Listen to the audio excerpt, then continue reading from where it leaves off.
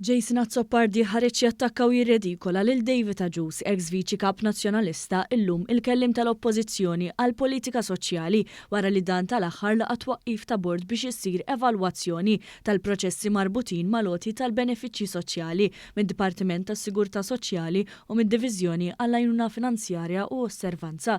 Azzopardi li fisem l-Establishment Nazzjonalista għaddej b'attakk fuq il-Gvern talab lill-Partit Nazzjonalista kif għandu jesiġi u jimxi u hija din il-pressjoni li mbagħad it-tmexxija tal-Partit Nazzjonalista u Bernard Grech sejħet protesta.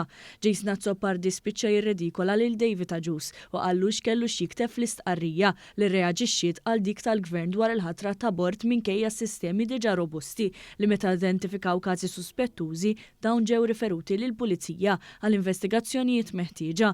Tant Azzopardi rredikola u attakka lil Agius li qallu trid tagħmel dmirek mhux timxi fuq il-bajt. Jason Azzopardi tal-Blue Heroes ħareġ jattakka u jirredikola lil David Agius li kien baqa' lejali lejn Delija u llum hu kandidat approvat għall-elezzjoni tal-Parlament Ewropew fejn qed jimmira li jieħu post David Casa, il-kandidat qrib l-istess Azzopardi. Mhix l-ewwel darba li esponenti tal-Establishment Nazzjonalista u tal-Aqda Repubblika attakkaw esponenti tal-Partit Nazzjonalista stess fejn ma derilhomx li l-partit qed jimxi fuq dak id-dettat. Għamlu hekk fil-konfront tal-ex kap Adrian Delija u anke deputati tiegħu fosthom tal-aħħar li laqtuha kienu Rebecca Borg u anke Joe Giglio, tal-ewwel sfat attakkata minn ħaten Beppe Fenekadami fuq prestazzjoni li kellha fuq ix-xandir filwaqt li Joe Giglio għalaħħa mingħand Karola Aquilina wara li mar ftit barra mill-linja dettata mill-establishment dwar ir-Russa Marija Efimova. Imbagħad spiċċa majjar mill-istess Partit Nazzjonalista f'istqarrija bħala avukat difensur ta' Tender Mahmouch dan dwar każ ta' xiri ta' dajjes minn Transport Malta